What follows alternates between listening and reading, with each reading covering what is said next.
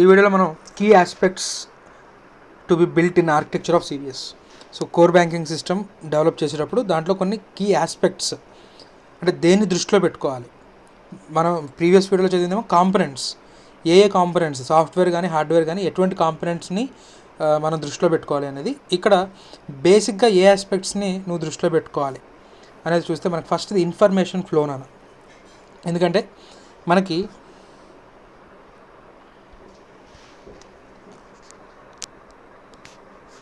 Data center సెంట్రలైజ్డ్గా డేటాబేస్ని maintain చేస్తుంది, రైట్. సో డేటా సెంటర్స్తో బ్రాంచెస్ ఇంటరాక్ట్ అవుతాయి.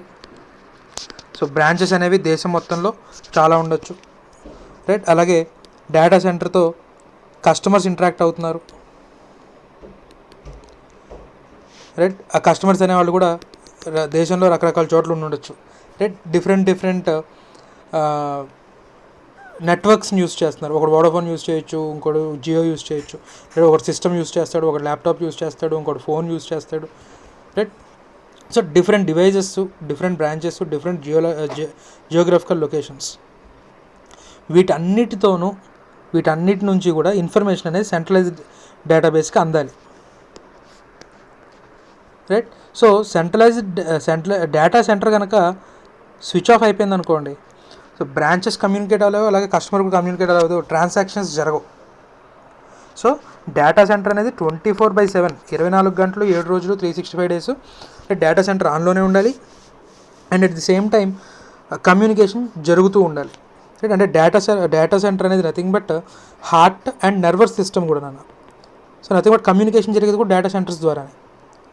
సో డేటా సెంటర్ అనేది ఎప్పుడు కూడా కంటిన్యూస్గా ఆన్లో ఉండాలి. ఆ ఇన్ఫర్మేషన్ ఫ్లో, రైట్. నువ్వు హాస్టల్లో ఉంటున్నావు, రైట్. మీ ఫాదరు నీ అకౌంట్ కాకినాడలో ఉంది, రైట్. మీ ఫాదర్ నీ అకౌంట్లో డబ్బులు వేశారు, నువ్వు ఎక్కడో హైదరాబాద్లోనే ఎక్కడో ఉన్న ఆర్టికల్స్ చేస్తున్నప్పుడు, రైట్. నీ ఫాదర్ అకౌంట్లో డబ్బులు వేశారు, రైట్. ఇమీడియట్గా నీ ఫోన్లోకి బ్యాలెన్స్ వచ్చింది అని మెసేజ్ వస్తుంది, నువ్వు ఏటీఎంకి వెళ్ళి డబ్బులు విత్డ్రా చేసుకోగలుగుతున్నావు. సో ఇన్ఫర్మేషన్ ఫ్లో అనేదాన్ని దృష్టిలో పెట్టుకోవాలి, right. So first point information flow. Second point customer centric.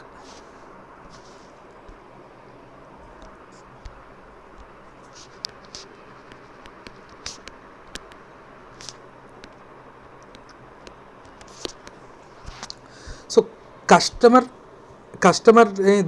కస్టమర్ని సెంటర్గా చేసుకొని వాడికి తగ్గట్టుగా banking solutions, right, banking services, products ఇవన్నీ ఆఫర్ చేయాలి.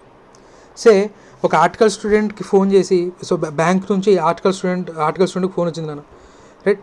ఒక మంచి ఇన్సూరెన్స్ పాలసీ ఉంది, ఇయర్లీ 80,000 ప్రీమియం పే చేయాలి అన్నప్పుడు, సో ఇలా ఉన్న కస్టమర్స్ అందరికీ ఈ ఇన్సూరెన్స్ ప్రోడక్ట్ని సేల్ చేయడం అనవసరం. పొటెన్షియల్ కస్టమర్ని ఐడెంటిఫై చేసుకొని వాడికి ఈ ప్రొడక్ట్ ద్వారా ఏదైనా వాల్యూ ఎడిషన్ అవుతుంది అనుకుంటే నువ్వు అలాంటి వాళ్ళని కాంటాక్ట్ చేయొచ్చు, అలాంటి కస్టమర్స్కి వాల్యూ ఎడిషన్ చేయొచ్చు, రైట్.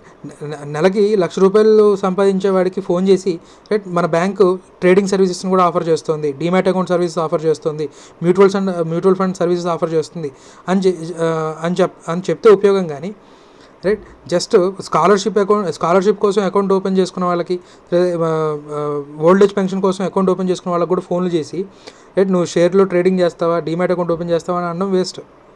సో కస్టమర్ హ్యాబిట్స్ని బట్టి, కస్టమర్ ఇన్కమ్ అండ్ స్పెండింగ్ హ్యాబిట్స్ని బట్టి వాళ్ళకి తగ్గట్టుగా సొల్యూషన్స్ని అందించగలగాలి, కస్టమర్ సెంట్రిక్గా సొల్యూషన్స్ని అందించగలగాలి, రైట్.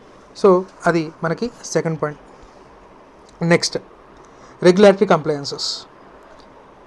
సో ఎఫ్డి మీద ఇంట్రెస్ట్ 10,000 దాటితే, ఎఫ్డి మీద ఇంట్రెస్ట్, సో సేవింగ్స్ అకౌంట్ మీద ఇంట్రెస్ట్ 10,000 దాటితే టీడీఎస్ కట్ చేయడము, ఎఫ్డి మీద ఇంట్రెస్ట్ ఎంత దాటితే టీడీఎస్ కట్ చేయడం కానివ్వండి, రైట్. లేకపోతే 10 lakhs దాటిన డిపాజిట్స్ ఏవైతే ఉన్నాయో వాటికి సంబంధించి ఇన్కమ్ ట్యాక్స్ డిపార్ట్మెంట్కి రిపోర్ట్ ఇవ్వడం కానివ్వండి, ఏఆర్ రిపోర్ట్ ఉంటాం, సో ఏఆర్ రిపోర్ట్ ఇవ్వడం కానివ్వండి, ఇలాంటివన్నీ కూడా లీగల్ కంప్లయన్సెస్.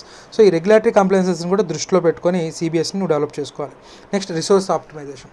సో సిబిఎస్ రాకముందు ప్రతి బ్రాంచ్లో కూడా డేటా మెయింటైన్ చేయడం కోసం సర్వర్స్ ఉండేవి నాన్న, రైట్. ఏ బ్రాంచ్ డేటా ఆ బ్రాంచ్ దగ్గర సేవ్ అయ్యేది, రైట్. వాటన్నిటిని సీడీల్లోనో ఫ్లాపీల్లోనో కాపీ చేసుకొని దాన్ని జోనల్ ఆఫీసులకి, హెడ్ ఆఫీసులకి పంపిస్తే హెడ్ ఆఫీస్లో మళ్ళీ సెంట్రల్గా డేటా మెయింటైన్ చేసేవాళ్ళు నాన్న. అంటే నథింగ్ బట్ నువ్వు కాకినాడలో డబ్బులు నీ బ్యాంక్ అకౌంట్లో డబ్బులు డిపాజిట్ చేస్తే నువ్వు ఉండేది హైదరాబాద్లో, రైట్. అంటే మీ ఫాదర్ నీ అకౌంట్లో డబ్బులు డిపాజిట్ చేస్తే కాకినాడలో, ఆ బ్యాలెన్స్ హైదరాబాద్ బ్యాంక్కి రిఫ్లెక్ట్ అవ్వడానికి రైట్ మినిమం 3-4 days పట్టేది. ఎందుకంటే అప్పట్లో మన ఇంటర్నెట్ లేదు, రైట్. ఇక్కడ సీడీ తీసి ఈ సీడీని సెంట్రల్ ఆఫీస్కి కొరియర్ చేస్తే రైట్ వాళ్ళు ఆ సీడీని కాపీ చేసుకొని రైట్ సెంట్రలైజ్డ్ డేటాబేస్ని అప్డేట్ చేసుకోవడం ఇలా జరిగేది. సో నీకు బ్రాంచ్ లెవెల్లోనూ మనకి హార్డ్ డిస్క్స్ కావాలి డేటా సేవింగ్కి, మళ్ళీ సెంట్రలైజ్డ్ లెవెల్లోనూ హార్డ్ డిస్క్స్ కావాలి, మళ్ళీ వాటి బ్యాకప్ కావాలి, రైట్. నెంబర్ ఆఫ్ కంప్యూటర్లు కావాల్సినవి ఎక్కువ, నెంబర్ ఆఫ్ ప్రింటర్లు కావాల్సినవి ఎక్కువ.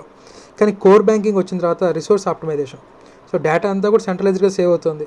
సో కాబట్టి బ్రాంచ్ లెవెల్లో థిన్ క్లయింట్స్ ఉన్నా పర్లేదు, రైట్. థిన్ క్లయింట్స్ మనం చూస్తాం దాని తర్వాత. సో థిన్ క్లయింట్స్ ఉన్నా కూడా సరిపోతుంది. సో రిసోర్సెస్ అనేవి ఆప్టిమైజేషన్ అనేది జరుగుతుంది, రైట్. ఇది మనకి key aspects to be considered developing at the time of developing CBS మనం.